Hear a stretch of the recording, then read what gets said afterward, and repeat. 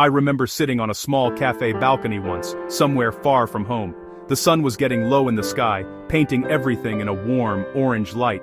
The air was filled with the usual city sounds, the distant hum of traffic, people laughing down below, the clinking of cups and plates. It was a nice, ordinary evening. I was just sipping my coffee, watching the world go by. Then, a new sound started. It was a voice, but not like someone talking. A call, a song rising up from the city and hanging in the air. Beautiful and a little sad at the same time. For a few minutes, everything else seemed to quiet down. The voice echoed from speakers I couldn't see, bouncing off buildings and flowing through narrow streets. I didn't understand a single word, but I felt the feeling behind it. It felt important, bigger than my coffee, bigger than the busy street below, a sound that made you stop and just listen. So, what exactly is the Adhan? In the simplest terms, the Adhan is the Islamic call to prayer. It's a public announcement, a broadcast. It lets Muslims know it's time for one of the 5 daily prayers. Think of it like a town bell ringing at a certain hour, but instead of a bell, it's a human voice. This call is a central part of daily life. It marks the rhythm of the day, from just before the sun rises to after it is set. For Muslims, it's a beautiful, constant reminder to connect with God. It's a signal to pause the everyday tasks of life, work, school, chores, and take a few moments for prayer. The Adhan is performed by a person called a muezzin. Traditionally, the muezzin stands in a high place like a minaret, the tall, slender tower next to a mosque. Today, the muezzin often uses a microphone and speakers so the call can be heard across a neighborhood or city. It happens 5 times a day, at times calculated by the sun. Fajr, Duhr, Asr, Maghrib, and Isha. The Adhan is not a prayer itself. It's an invitation, a call to come and pray. The words are a simple, powerful declaration of faith, meant to be heard by everyone, delivered loud, clear, and melodically. The story of the Adhan begins a long time ago in the 7th century, in the city of Medina. The early Muslim community, led by the Prophet Muhammad, was trying to figure out the best way to call everyone together for prayer. They considered a few different ideas. A bell, like the Christians, a horn, like the Jewish tradition, even a fire on a hill. But none of these ideas felt quite right. They wanted something unique, personal, from the heart of their new faith. The answer, as the story goes, came in a dream. Abdullah ibn Zayd had a vivid dream where he was taught the specific words of the call to prayer. He was shown a man in green robes who taught him the phrases to say. He rushed to tell the Prophet Muhammad about his dream. The Prophet recognized it as a true vision, a message from God. He was moved by the simplicity and power of the words. The Prophet then chose another one of his companions to be the very first muezzin. This man's name was Bilal ibn Rabah. Bilal was a former slave from Ethiopia known for a beautiful, powerful, far-reaching voice. He had a deep, resonant tone that could carry across long distances. The Prophet asked Bilal to climb to the highest point he could find and deliver the call. When Bilal's voice rang out for the first time, the sound filled the air, and the community gathered for prayer. The power of the Adhan comes from the meaning of its words. Even if you don't speak Arabic, the repetition, the feeling behind the phrases can be felt. But when you understand what is being said, the call takes on a whole new layer of depth. The words are simple, direct, profound. They form a short creed, a declaration of the core beliefs of Islam. Each phrase builds on the last and rises and falls with the melody of the call. Let's break down the main phrases and their simple meanings. While Muslims don't typically refer to the Adhan as music in the entertainment sense, there's no denying its powerful melodic qualities. The way the Adhan is recited follows tajweed, rules for correct beautiful recitation. It's a flowing, non-rhythmical chant, not a pop song with a beat. The melody isn't fixed. Each muezzin may choose a maqam, giving each call a unique emotional character. Uplifting at noon, reflective after sunset, the choice matches time and mood to move hearts.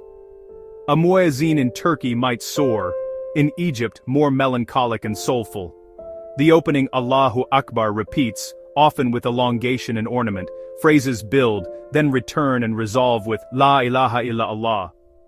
The instrument of the Adhan is the human voice, and the muezzin is the artist. It takes training, breath control, clarity, beauty, and emotion, not just volume.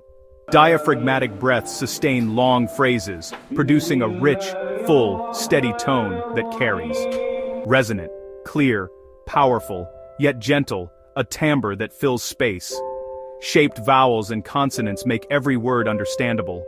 Long ah sustains in Allahu Akbar or Salah vibrate and calm, like or Gregorian chant. Ornamentation, guna and melisma, pours emotion into the call, expressing yearning and devotion beyond flat speech. The muezzin isn't a performer seeking applause. Sincerity is crucial to a moving adhan. The adhan's impact isn't just cultural, there's science behind it. Pitch, rhythm and timbre shape calm, reflection, and alertness. Smooth, flowing contours soothe, abrupt changes spike anxiety. Lullaby-like contours and sustained notes slow the heart and invite safety. Without a strict beat, time feels suspended, space for thought.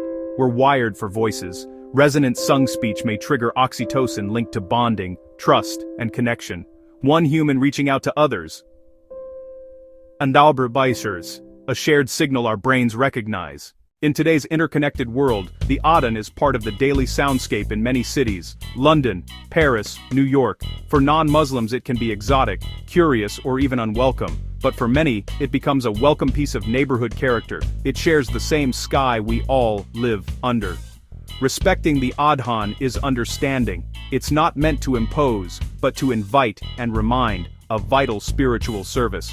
As important as a church bell to a Christian community. Travelers find unexpected peace. Neighbors use it as a gentle clock. They might not join the prayer, but they participate in the pause. A call to mindfulness for everyone. A moment to be present. We all respond to beauty, to sounds that carry deep emotion. Listening builds common ground, a shared call for peace, reflection, and a connection to something larger than ourselves. The adhan can be deeply specific and yet universally resonant. And sometimes, it simply makes a stranger feel less alone. So, we come back to that feeling on the balcony.